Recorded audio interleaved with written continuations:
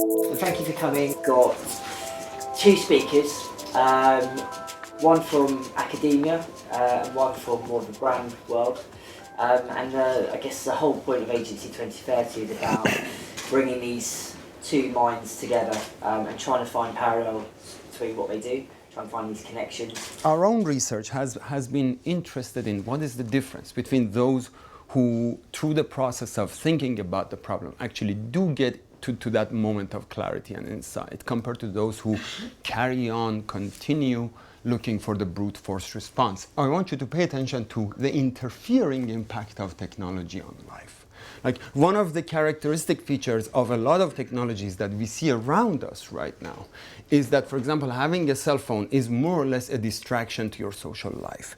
If you are here and you're checking your emails, you're not paying attention to me. The question is, technology keeps adding to our options for what to do right now.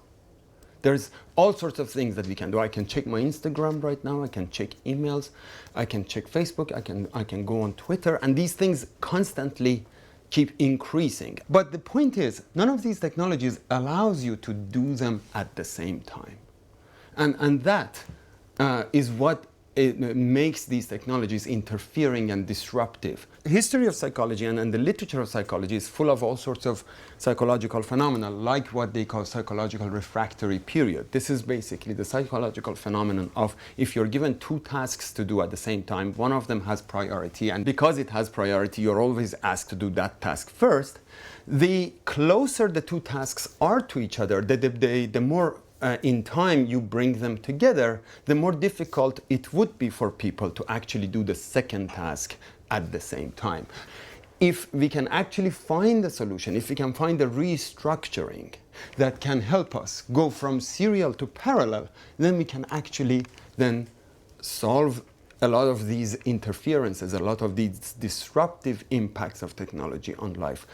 And the reality is that people who are bilingual are generally a little bit worse at each of the languages that they speak, but they tend to present to dementia clinics 5 years later, which is not because their brain is protected by having two languages, but because it adapts in a way that makes them less likely to be symptomatic when their brain does go down the path.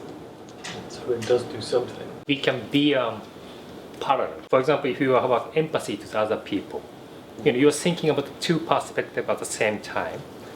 And that's something you're doing in parallel, in the sense that you feel yourself, you are the same feeling other people at the same time. Probably everyone in the room sort of recognises sort of channel fragmentation and the distraction of this, that and the other, and what do I do? I'm getting I counted the other day, let alone social apps, I'm probably getting 10 different feeds in a business environment now. Everything from Slack to Instagram to text to, and certainly in a sort of brand capacity, that the attention, the ability for a brand to get hold of attention of someone is now sits in that highly fragmented landscape. We are really kind of thinking about how we're going to structure our organisation to kind of own the future or embrace the future. And a lot of these discussions are discussions we're having internally.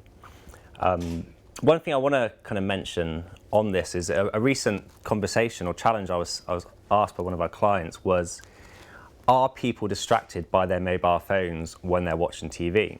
Because this is a crucial question for any brand that's spending money on advertising.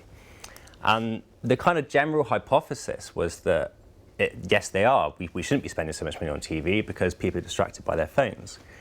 But there were two really interesting studies which hinted towards disproving this hypothesis. One was an ethnographic study where, kind of like a goggle box type situation, they had loads of cameras on loads of TVs filming people as they were going about their business.